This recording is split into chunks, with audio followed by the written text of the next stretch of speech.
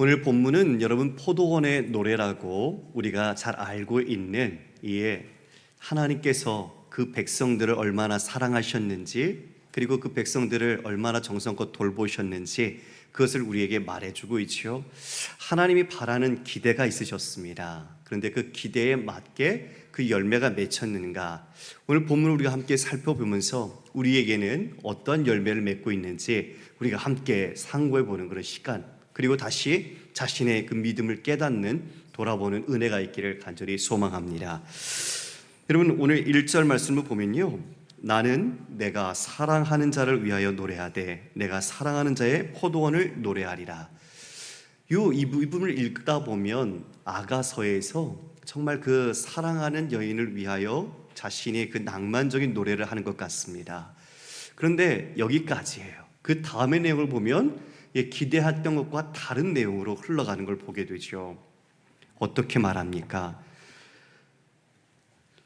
기름진 산에 내가 사랑하는 자의 포도원을 그와 같이 심었지만 그 땅을 파서 돌을 제하고 극상품 포도나무를 심었도다. 그 중에 망대를 세웠고 또 그 안에 술틀을 팠도다. 좋은 포도 맺기를 바랬더니 들포도를 맺었도다. 할 수 있는 건 다 있네요. 여러분, 사랑하면 자신의 모든 것을 내어줍니다. 사랑하는 사람이 행복하고요, 사랑하는 사람은 자신이 희생하는 걸 기뻐하죠. 그 사람이 기뻐하는 것이 자신의 기쁨이 되기 때문에 그래요. 그래서 오히려 사랑의 그 마음을 가진 사람은 자신을 돌보지 않고 오히려 그 사람을 향해 내 자신 전부를 내어줄 수 있는 것. 그래서 우리 고린도전서 13장의 사랑장을 보게 되면 그 사랑이 없으면 아무 소용이 없다고 거듭말하지 않습니까? 우리가 아무리 좋은 것을 누리고 우리의 삶이 평안하고 겉으로는 아무 문제가 없는 것 같아도 여러분, 하나님의 사랑, 그리고 우리가 그 사랑 안에서 그 사랑으로 말미암아 열매를 맺는 그 삶을 살지 못한다면 어쩌면 우리가 겉모양으로는 되게 잘 사는 것 같고 평안하고 아무 탈 없는 것 같아 보여도 그 안에는 잘못된 열매를 맺고 있는 것이라 여겨질 수 있을 겁니다. 오늘 그 내용입니다. 극상품 포도나무를 심었습니다. 땅에 돌을 파서 땅을 고르게 하고, 그리고 거기에 포도주 틀까지, 이제 나중에 생산해서 수확했을 때 포도주를 얻기 위한 모든 설비까지도 다 완비해 놓았어요. 지키기 위해 망대까지도 세웠습니다. 여러분, 말은 이렇게 하나하나 하지만 그 일이 쉬웠겠습니까? 자, 여러분, 저를 보십시오. 자녀를 양육하는데 그 양육하는 것이 누구나 다 학교 보내고 밥 먹이고 공부시키고 그리고 나중에 좋은 직장 보내고 이런 거는 다 표면적으로 같은 한 문장으로 끝낼 수 있습니다. 그렇죠? 그런데 그 한 문장 안에 인생의 노고와 땀의 그 모든 결실들을 다 담아낼 수 있습니까? 여러분들이 지금 이 자리에 앉아 있는 것이 내가 스스로 모든 것을 노력하고 준비해서 이 자리에 앉아 있다고 여기시는 분 혹시 계실까요? 그런 사람은 아무도 없죠. 부모로부터 우리의 생명이 주어졌고 부모가 이 땅에서 자식 농사를 한다고 표현한 것처럼 그 자식을 위해 잠도 못 자고 먹지도 못하고 자신이 입을 것을 입지 않고 오히려 아껴서 그 자녀들을 사랑하기에 모든 것을 헌신적으로 베풀어 주었습니다. 그런데 여러분, 돌아볼까요? 자녀가 그걸 알든가요? 자녀가 그 마음을 깊이 깨닫고 부모님에게, 부모님 정말 감사합니다, 정말 제 이 모든 헌신에 제 온 마음을 다해서 부모님께 효를 행하겠습니다. 자, 그렇게 말 들어보신 분 있으면 부모님 중에 손 한번 들어보십시오. 저도 이거 그냥 든 거예요. 아직 못 들었습니다. 그렇죠? 왜 그럴까요? 왜 이렇게 그 사랑에 대해서 받은 자들, 그 호의를 입은 그 자녀들, 왜 그 사랑의 마음을 오히려 알지 못하고 도리어 무슨 말 하죠? 엄마 아빠가 날 뭐 해줬는데요? 날 위해서 뭘 수고했는데요? 뭘 헌신했는데요? 그러면서 누구를 비교합니까? 다른 집과 비교해요. 아빠, 저 다른 집에 누구 내 친구는 그 아빠가 이렇게 해주고 어머니가 이렇게까지 해줘요. 아빠는 그렇게 못하잖아요. 그런 말 들으면 부모의 마음이 어떤가요? 물론 아프죠. 그리고 아픈 뒤에 또 한 가지 마음이 더 들어요. 아픈 거로 끝나지 않아요. 괘씸해요. 그치요? 괘씸해요. 왜요? 나름대로 자신도 모든 것을 다해 사랑을 베풀었고 헌신해 주었거든요. 그걸 알아달라는 건 아니지만 오히려 다른 사람을 바라보면서 그 잣대로 부모에게 이런 비교를 하고 그런 섭섭한 말을 할 때 부모의 마음은 헛살았네. 이게 뭘까? 자식 농사 제대로 했나? 이런 생각 들지 않을까요? 하나님의 마음이 오늘 그래요. 하나님은 언약을 다 지키셔서 신실하게 그 백성들에게 해주셨어요. 지금 이야기한 것처럼 아주 기름진 땅에 포도나무를 극상품으로 심었어요. 그리고 돌도 다 제해 주시고 망대도 세우고 그리고 나중에 포도주를 얻을 수 있는 그 술들까지 다 만들었어요. 할 수 있는 모든 것들을 다 겸비해 주신 거죠. 그런데 여러분, 결과가 어떻게 납니까? 여러분, 우리 한번 2절 말씀 다시 한번 읽어볼까요? 시작. 땅을 파서 돌을 제하고 극상품 포도나무를 심었도다. 그 중에 망대를 세웠고 또 그 안에 술틀을 팠도다. 좋은 포도 맺기를 바랬더니 들포도를 맺었도다. 여러분, 뭘 맺었어요? 들포도. 이 들포도는 먹을 수 없는 시고 떫은 포도를 말하는 거예요. 야생에서 그냥 나는 것. 그러니까 자신이 심은 건 그 극상품 포도의 종자를 심었는데, 그 나무를 심었는데 그것 나기를 당연히 기대했겠죠. 그것을 바라면서 자신도 사랑의 수고를 다했죠. 이 농부가 그런데 결실한 걸 보니까 아니, 이거 웬걸, 들포도인 거예요. 여러분, 기대가 크면 뭐가 또 크죠? 실망이 커요. 맞아요. 기대가 크면 실망이 커요. 근데 그 실망이 이제는 실망으로 끝나는 게 아니라 아까 말했던 괘씸한 것처럼 분노로 이어져요. 왜요? 나는 모든 수고를 다 했거든요. 온 사랑을 다 쏟아서 부어주었거든요. 그런데 지금 바로 이들이 이와 같이 맺은 결실을 보니 들포도인 거죠. 얼마나 그 마음이 아팠겠습니까? 그래서 3절을 보면 이렇게 표현합니다. 예루살렘 주민과 유다 사람들아, 구하노니 이제 나와 내 포도원 사이에서 사리를 판단하라. 여러분, 농부가요, 이제 자신은 모든 것을 다 했는데 이 들포도를 맺은 것에 대해서 이 유다 사람, 예루살렘 사람들을 뭐 한 거죠? 배심원으로 세운 거예요. 배심원단을 꾸려서 그들에게 묻는 거예요. 내가 지금 이렇게 열심히 노력을 했는데 지금 맺힌 것이 이렇게 나왔다. 그러니까 포도원과 지금 이 나 사이에서 어떻게 된 것인지 이 일에 대한 사리를 분명하게 판단해 달라고 부탁한 거예요. 그러니까 이제 배심원은 어떻게 해야 돼요? 그 일의 앞뒤를 따져서 결정을 내려야죠. 판결을 내려야겠죠. 근데 여러분, 참으로 역설적이고 아이러니한 게 뭘까요? 여러분, 7절 말씀 초반절을 보면 무릇 만군의 여호와의 포도원은 이스라엘 족속이요 그가 기뻐하시는 나무는 유다 사람이라. 아, 이게 뭐죠? 농부가 하나님이시고 지금 그 포도원은 이스라엘 사람, 그리고 심겨진 포도나무는 하나님이 기뻐하시는 유다 족속인 거예요. 근데 지금 이스라엘 사람아, 유다 족속들아, 내 사이에서 이 포도원과 이 일을 너희가 판단하라라고 했어요. 근데 지금 누가 피고인 거예요? 누가 피고예요? 예, 지금 이스라엘 사람과 유다 사람이 그들이 피고예요. 근데 배심원으로 앉혀서 하나님이 묻는 거예요. 뭐라고 물으셨어요? 사리를 판단하라. 4절 말씀에 내가 포도원을 위하여 행한 것 외에 무엇을 더할 것이 있느냐? 내가 이 포도원을 위해서 얼마나 수고했는데 내가 더할 수 있는 것이 과연 무엇이냐? 질문한 거예요. 판단하라고 한 거예요. 그런데 보면 하나님은 다 하셨어요. 하나님은 최고를 주셨어요. 그런데 지금 배심원으로 불렀지만 알고 보니 뭐예요? 자신들이 피고인 거예요. 자신들이 답을 해야 되는데 자신들이 하나님께서 주신 사랑과 언약 그 모든 것을 받았음에도 불구하고 자신들이 맺은 삶이 들포던 거예요. 이방인과 똑같이 살아가고 있고 우상을 섬기고 있고 하나님의 언약 백성으로 거룩하고 경건한 삶을 구별되게 살지 못했던 자신들의 모습이 들포던 거예요.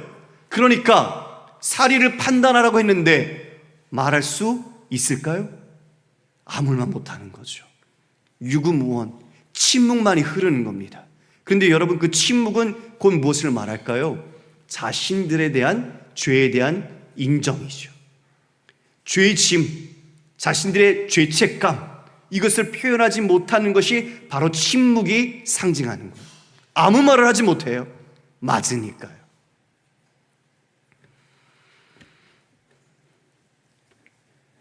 내 포도원에 내가 무엇을 더 할 수 있겠느냐는 그 질문이 지금 우리 안에 다시 들어야 될 말씀인 것 같아요.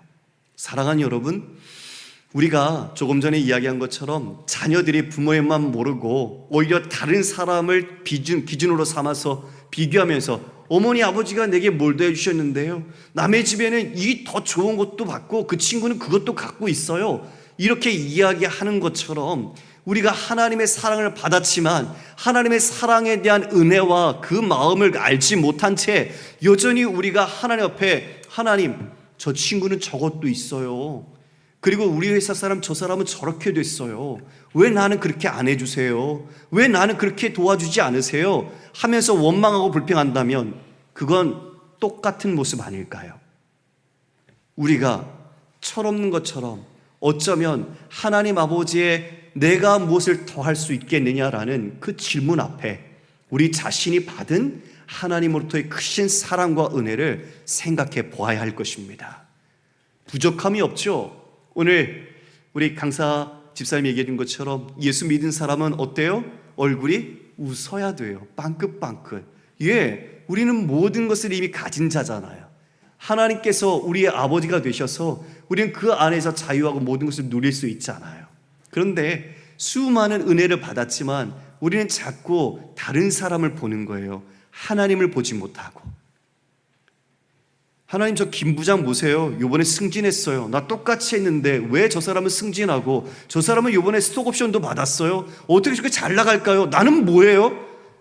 아, 옆집 사람은 어디 부동산에 이것을 샀는데 그 아파트가 이렇게 올랐는데 왜 내가 산 아파트는 안 올라요? 하나님, 왜 이렇게 하시는 거예요? 혹시 우리 그렇게 여기고 있는 사람은 없을까요? 하나님이 그것을 위해서 우리를 구원하셨을까요? 오늘 본문은 참 어쩌면 하나님의 사랑을 듬뿍 받았지만 그 사랑을 외면하고 하나님을 저버린 바로 그 이스라엘 유다 백성들의 모습이 적나라하게 표현되고 있는 겁니다. 여러분, 하나님이요, 에덴 동산에 모든 것을 다 갖추어 주셨어요. 최고로. 그리고 그 땅을, 그 동산을 아담과 하와에게 주시면서 다스리라고 하셨어요. 그렇죠? 그런데 그 다스림 속에 즐겁고 기쁜데 어떻게 했죠? 예, 하나님과 같이 되려고 하는 그 시도, 그 시험 속에 자신이 넘어졌어요. 하나님이 다 주셨지만 하나님의 자리마저도 탐내는, 그래서 결국은 모든 최고의 것을 다 주셨는데 죄악과 사망을 맺었어요. 쫓겨나게 되었죠. 하나님이 잘못하셨습니까? 하나님이 원망할 짓을 하셨습니까? 아니죠. 출애굽은요, 노예로서 애굽에서 종살이하던 그들 부르짖어서 하나님께서 그들에게 정말 놀라운 역사를 10가지 재앙을 통해서, 그것도 출애굽이라는 그 놀라운 유월절의 밤을 통해 하나님께서 건져내셨잖아요. 건져내셔서 어떻게 하셨어요? 그 모든 40년의 광야길을 다 인도해 주셨지요. 그 모든 광야에서 이스라엘 백성과 언약까지 맺으셨어요. 하나님이 말이죠. 하나님이 먼저 우리와 언약을 맺으셨어요. 나는 너의 하나님이 되고 너는 나의 백성이 될 것이다. 그러면서 하나님은 신실하게 그 모든 언약을 충실히 감당하셨어요. 그래서 그 모든 젖과 꿀이 흐르는 가나안 땅, 약속의 땅으로 그들을 옮겨 심듯이 오셔서 심으셨고, 그곳에 있는 가나안 족속들을 돌을 제거하듯 다 제거하셔서 그 땅을 주셨어요. 그리고 그 땅에 나는 것들로 마음껏 먹게 하셨고, 하나님은 비를 내려서 그들이 풍족한 삶을 살 수 있도록 해주셨어요. 기름진 땅에 하나님은 모든 것을 다 베풀어 주셨어요. 그런데 이스라엘 백성이 오히려 이방인과 같이 이방의 신을 섬기고 하나님을 배도했어요. 하나님을 온전히 주인으로 삼지 못한 삶, 오히려 다른 물질과 다른 명예와 권력과 세상적인 것들을 자신의 보좌 위에 앉혀놓고 하나님은 수단으로 밑에 내려서 필요할 때 찾는 그런 도구로 전락되고 말았죠. 하나님이 잘못하셨을까요? 아니요. 하나님은 잘못하신 것이 없어요. 땅이 나빴을까요? 아니요. 땅이 나쁘지 않았어요. 뭐가 잘못된 거죠? 이스라엘 백성들, 유다 백성들이 잘못됐어요. 그것을 오늘 지금 고발하는 것이죠. 하나님을 무시하고 그들의 삶을 세상의 똑같은 들포도의 삶으로 살아갔습니다. 사랑하는 성도 여러분, 우리가 오늘 이 말씀 앞에 함께 상고해 보고 싶은 것은 우리 또한 하나님께서 예수 그리스도의 그 생명, 이 십자가로 우리에게 구원이라는 놀라운 선물을 주셨습니다. 자, 여러분, 그 생명은 우리가 죽어야 한다는 것을 전제하고 있는 겁니다. 그런데 우리가 생명을 얻었으니 그 모든 것을 다 준다 해도 여러분, 우리는 결코 손해보는 삶이 아닌 거죠. 갚을 수 없는 사랑을 받았죠. 그런데 여러분, 우리는 왜 우리의 삶에 여전히 결핍과 상실이 있는 것처럼 하나님께 원망하는 모습들을 나타낼까요? 진짜 믿음의 성숙함, 그리고 진짜 그리스도인은 무엇을 지향하며 살아가는 사람일까요? 우리의 기도의 내용들 속에, 우리의 간절한 바람의 소망들 속에 생명과 구원과 하나님을 위한 목적으로 우리가 중심을 삼고 있는지, 여전히 나는 내 삶의 소소한 것들이 하나님께서 해결해 주실 것들처럼 가장 중요한 것으로 자리 잡고 있는지 돌아봤으면 좋겠습니다. 믿음이 뭡니까? 세상 속에서 하나님의 능력으로 일하는 것 아닙니까? 하나님이 함께 하신다고 약속하신 것 아닙니까? 그러면 그 믿음의 능력을 가진 자답게 우리 주님께서 이미 승리하신 그 놀라운 사랑과 우리에게 베푸신 은혜를 따라 우리는 그 믿음으로 굳건히 서서 나가면 되지 않을까요? 오늘 오전에도 살펴봤지만 바울은 돌 맞아 죽었습니다. 루스드라에서. 그러나 그 죽음 속에서 하나님은 다시 그를 부활로 이끌어 내셨습니다. 사람들은 그가 죽었다고 해서 내던져 쳐버렸어요. 그러나 그 자리에서 바울은요, 아무 일 없었다는 듯이 일어나요. 누가가 한 문장으로 끝낸다고요. 일어나요. 여러분, 돌 맞았어요. 죽은 줄 알고 갖다 버렸어요. 몸이 만신창이가 되지 않았겠어요? 다 터지고 피투성이에 온몸이 다 상처로 얼룩졌겠죠. 그런데 일어나요, 그냥. 그리고 어디로 다시 가요? 돌 던진 루스드라로 다시 들어가는 거예요. 믿음이죠. 이게 믿음이죠. 믿음이, 주님 나 고난 피하게 해주세요. 나 저 돌 던진 사람들 주님 다 없애주세요. 나 건강하게 해주시고 내가 좀 더 잘 돼서 성공해서 저 사람들에게 하나님이 계시다는 걸 내가 보여주세요. 아니요. 그러면 예수님이 십자가 지시지 않았죠. 세상의 방식으로 승리하셨겠죠. 하나님이 가신 길, 바로 우리에게 뭘 심으신 거예요? 하나님은 예수 그리스도를 우리 안에 심으신 겁니다. 할렐루야. 그래서 우리는 예수 그리스도를 닮아가는 그리스도인입니다. 여러분의 삶에 어떤 열매를 맺고 있습니까? 여러분을 통해서 예수 그리스도가 드러나고 있습니까? 아니면 여러분을 통해서 여러분 자신이 드러나고 있습니까? 여러분의 직장에서, 학교에서, 여러분의 일터에서, 여러분의 모든 삶의 경영에서 누가 드러나고 있습니까? 주님이 지금 우리에게 기대하는 게 무엇일까요? 내 이름, 내가 잘 되는 것, 그것이 마치 하나님의 승리인 것처럼 착각해서는 안 되죠. 성공주의, 번영주의, 기복주의가 바로 그런 복음을 왜곡시켜서 우리가 잘 되는 게 마치 하나님이 기뻐하시고 하나님의 영광이 되는 것처럼 우리를 포장하고 있어요. 긍정적인 사고로 우리를 다 둘러엎어서 그 모든 것이 마치 복음인 것처럼, 그러면 고난이 없어야죠.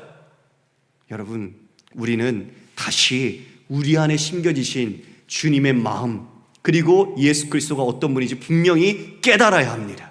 이것을 잃어버리면 여전히 자신을 중심으로 살아가는 사람은 하나님의 심판을 피할 수 없습니다.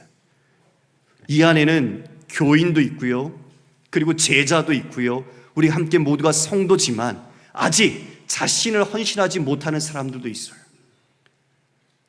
아직 나를 내려놓지 못하는 사람이 있는 거죠. C.S. 루이스는 순전한 기독교 마지막 챕터인 세 사람에서 이렇게 말을 합니다. 자기 생명을 버리십시오. 그래야 생명을 얻습니다. 내 자신이 죽지 않으면, 즉 그것은 자기 부인과 자기 십자가의 그 길을 우리 주 예수 그리스도께서 가신 것처럼 내가 그것을 행하지 않는다면 우리는 여전히 자기중심적인 옛자에 얽매여 있을 뿐, 하나님의 새 생명과 그리스도라는 예수 그리스도를 통해 이 땅에 이루시고자 하는 새로운 크리처, 바로 그 새로운 종조 예수 그리스도를 우리는 따라갈 수 없는 거죠. 그래서 우리는 죽어야 합니다. 그것이 예수님의 십자가에 담겨진 우리를 향한 하나님의 길이었습니다. 그런데 자꾸 우리가 바둥바둥거리면서 내가 살라고 해요. 예수님이 고난이라는 것을, 환난이라는 것을 통해서 우리를 깨닫게 하고 우리를 배우게 하고 자라가게 합니다. 그런데 주님, 저 고난 싫어요. 이 고난 안 할래요. 고난이 없으면요, 성도는 그 모든 성숙을 이뤄갈 수가 없어요. 여러분, 징계라는 단어가 파이데이아라는 단어입니다. 파이디온 아시죠? 자녀 만들기, 자녀 양육하기라는 말이에요. 이 징계가 마치 어떤 punishment, 심판, 어떤 벌처럼 여겨지지만 징계라는 단어가 그런 뜻이 아니라는 겁니다. 그래서 그 징계는 우리가 하나님의 자녀답게 거룩함으로 나가는 하나님의 손길입니다. 그래서 우리는 그 징계 속에서, 하나님의 우리를 만지심 속에서 우리는 정말 멋진 하나님의 아들, 딸로 빚어져 가는 것이죠. 오늘 이제 이처럼 하나님의 자녀로 빚어져야 했었는데 자기 중심적으로 하나님을 떠나서 이 세상의 들포도의 삶을 살아간 그들에게 하나님이 무엇을 선언하시는지 살펴봅시다. 여러분, 5절 말씀 우리 함께 6절까지 읽겠습니다. 시작. 이제 내가 내 포도원에게 어떻게 행할지를 너희에게 이르리라. 내가 그 울타리를 걷어 먹힘을 당하게 하며 그 담을 헐어 짓밟히게 할 것이요, 내가 그것을 황폐하게 하리니 다시는 가지를 자름이나 북을 돋지 못하며 찔레와 가시가 날 것이며 내가 또 구름에게 명하여 그 위에 비를 내리지 못하게 하리라 하셨으니. 자, 여러분, 징계하시는 거죠. 심판이죠. 그러나 이 징계와 심판은 그들을 멸절시키는 것이 아닙니다. 다시 돌아오기를 바라는 하나님의 마음이 담겨 있습니다. 그 포도원에 울타리를 거두겠다. 그리고 담도 내가 허물겠다. 여러분, 울타리하고 담 없으면 어떻게 되는 거예요? 누구나 들어올 수 있는 거잖아요. 아무나 들어올 수 있는 거잖아요. 그 말은 곧 내가 너를 보호하는 것을 더 이상 안 한다. 그럼 그 보호막이 해제되는 순간 이제 그 악한 자들, 그 강탈하는 사람들 와서 짓밟고 빼앗고 그들은 다 어떻게 되죠? 그냥 먹이가 될 뿐이에요. 그렇게 그 모든 것이 황폐하게 될 것이다. 짓밟히고 먹힘을 당하게 되며 그 땅을 황폐하게 될 것이다. 그래서 그 땅은 찔레와 가시, 여러분 이건 저주를 상징하는 단어죠. 찔레와 가시가 그 땅에 날 거다. 그러면 포도는요 자랄 수가 없어요. 포도는 죽어가는 겁니다. 이와 같이 될 것이다. 그런데 마지막에 보니까 구름에게 명하여 그 위에 비를 내리지 못하게 하리라. 여러분, 이들이 누구를 섬겼을까요? 우상으로 바알을 섬겼죠. 바알은 농경의 신입니다. 비를 주관하는 신이에요. 그런데 지금 하나님께서 내가 비를 내리지 못하게 하리라. 그들은 우상 바알이 이 풍요의 비를 주는 줄 알고 섬겼지만 그 모든 것을 통치하시는 분 누구셨어요? 하나님이세요. 하나님이 비를 주지 않으면 살 수 없는 것이 이스라엘 땅이에요. 이른 비와 늦은 비를 주셔야 농경을 할 수 있고 그래야 먹고 살 수 있는 땅이 바로 그 땅이에요. 그래서 늘 하늘을 바라봐야 돼요. 하나님의 은혜를 기대해야 돼요. 하나님의 은혜가 없으면 살 수 없는 땅이 바로 그 가나안 땅이에요. 그런데 그들은 진짜 주인을 모르고 우상을 섬긴 겁니다. 우리는 어떨까요? 우리도 진짜 주인 모르고 우상, 가짜 주인을 진짜 주인처럼 따르고 있는 건 없을까요, 여러분? 우리가 다시 하나님을 우리 마음속에 모십시다. 다시 우리의 마음 중심을 하나님께 새롭게 합시다. 하나님이 주신 은혜를 다시 처음부터 우리가 묵상합시다. 하나님이 나를 부르신, 그리고 지금까지 이 자리에 인도하신 그 수많은 우리를 향한 그 구원의 역사가 어떻게 이루어졌는지 다시 깨달읍시다. 그럴 때 우리는 우리 앞에서, 내 입에서 하나님을 향한 불평과 원망을 그치게 될 것입니다. 그리고 오히려 하나님께 감사와 하나님을 향한 찬송이 우리의 입술에서 터져 나올 줄 믿습니다. 7절에 그 실체가 이제 다 드러나죠. 무릇 만군의 여호와의 포도원은 이스라엘 족속이요 그가 기뻐하시는 나무는 유다 사람이라. 그들에게 정의를 바라셨더니 도리어 포학이요 그들에게 공의를 바라셨더니 도리어 부르짖음이었도다. 예, 하나님이 원하시는 건 정의와 공의였습니다. 하나님 백성다운 삶이죠. 그런데 오히려 정의를 버리고 그들은 도리어 포학, 여러분 포학은 사륙하는 겁니다. 그리고 오히려 공의를 바라셨더니 그들이 가난하고 힘없고 어려운 사람들을 짓눌러서 그들의 부르짖음, 비명소리만 들립니다. 이게 그 현실의 모습이었습니다. 여러분, 지금 이 시대는 어떻습니까? 지금 모두가 다 어떻게 잘 살고 있습니까? 이 세상 여전히 자본주의라는, 자본이 중심이 되어 있고 주인이 된 사회 속에서 여전히 인간에 대한 존엄성이 무시당하거나 인간이 기계처럼 부품으로 취급당하고 있는 모습을 우리는 보고 있지 않습니까? 아르바이트에서 살고자 열심히 노력하지만 그 아르바이트 비용마저 주지 않고 착취하려고 하는 모습들, 교묘하게 그 계약서에서 불리한 조항으로 만들어버리는 그런 모습들, 큰 기업이, 더 많은 힘을 가진 기업이 작은 기업들을 짓누르며 더 자신의 이익 구조를 갖기 위해서 억울하게 만드는 삶의 모습들 여전히 이 땅에 있지 않습니까? 똑같습니다. 우리의 모습이 바로 공의와 정의를 저버리고 어쩌면 우리도 힘을 가져서 누구에게 내가 포학을 할까, 내가 누군가를 더 착취해서 그들로부터 무엇을 얻을까, 이런 마음을 갖고 있지 않을까요? 이스라엘의 장로들, 고관들이 그렇게 했습니다.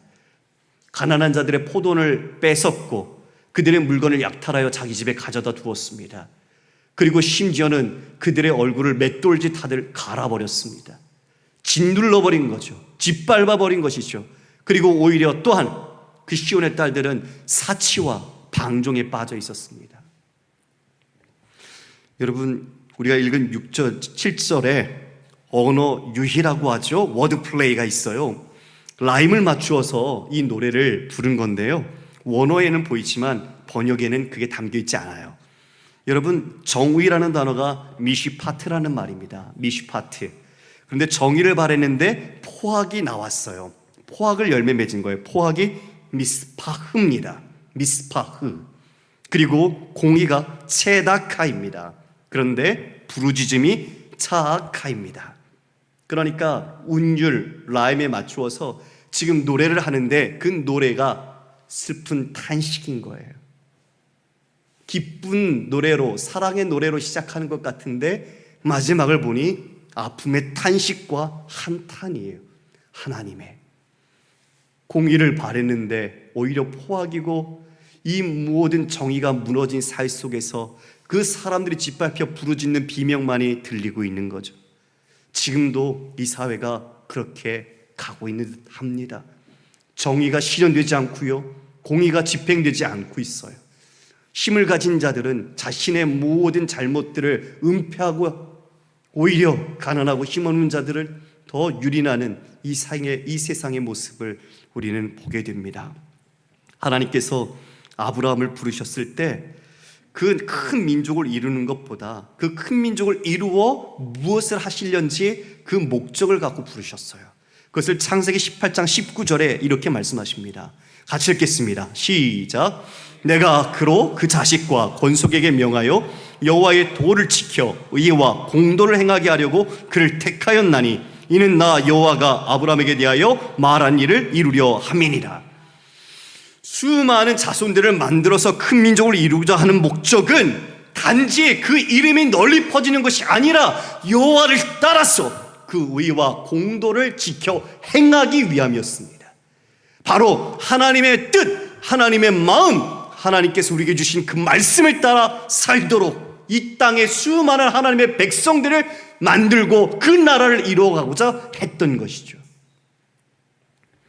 그런데 지금 그 아브라함의 자손들이라고 하는 자들이 포악과 강포를 일삼습니다. 하나님의 심판, 그것은 의로우신 하나님의 속성에서 당연한 것이죠. 하나님께서 사람 지음을 한탄하신 적이 있습니다.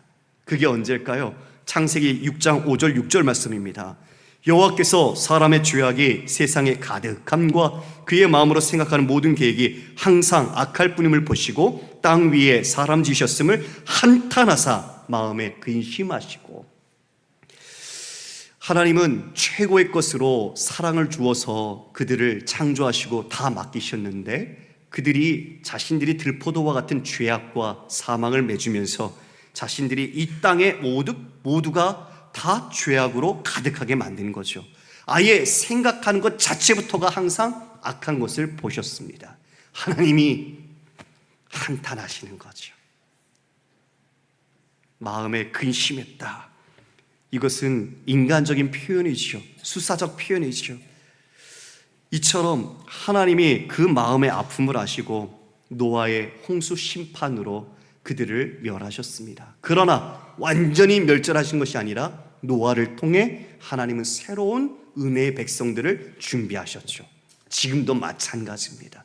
이처럼 하나님이 포도원의 노래를 통해서 그들을 고발하고 그들이 얼마나 악한지를 드러내지만 그것은 다시 하나님의 백성으로 회복되기를 바라는 주님의 마음, 아버지의 마음이 담겨 있는 것이죠. 8절부터 그들의 어떤 현실인지를 그대로 나타냅니다. 8절 볼까요? 가옥에 가옥을 이으며 전투에 전투를 더하여 빈틈이 없도록 하고 이 땅 가운데서 홀로 거주하려고 하는 자들은 화 있을진저 만군의 여호와께서 내 귀에 말씀하시되 정령이 허다한 가옥이 황폐하리니 크고 아름다울지라도 거주할 자가 없을 것이다. 여러분, 땅을 계속 사들이는 거예요. 집을 계속 사는 거예요. 뭐 하는 거죠? 부동산 투기. 자기가 살만한 집이면 되는데 계속 사들여요. 땅에 땅을 이어요. 빈틈이 없어요. 그래서 어느 정도냐? 이 땅 가운데 나 혼자 사는 정도로 생각할 정도로 다 사버리는 거예요. 여러분, 부동산 투기는요, 다른 사람의 잠자리를 뺏는 겁니다. 하지 마셔야 합니다. 신년이 되면 모든 것을 다 돌려주어야 돼요. 안 주는 거예요. 다 자기가 쌓는 거예요. 자기 것으로 만드는 거예요. 하나님이 돌려주어라 희년이 되면 말씀하셨는데 율법을 지키지 않아요. 하나님의 말씀을 버렸어요. 예, 자기 배를 채우는 거예요. 부동산만이겠습니까? 그죠, 여러분? 부동산 외에 얼마든지 우리가 이 세상에서 쌓으려고 하는 것들이 많잖아요. 지금 그 소유의 탐욕, 이들의 정욕의 모습을 보여주는 겁니다.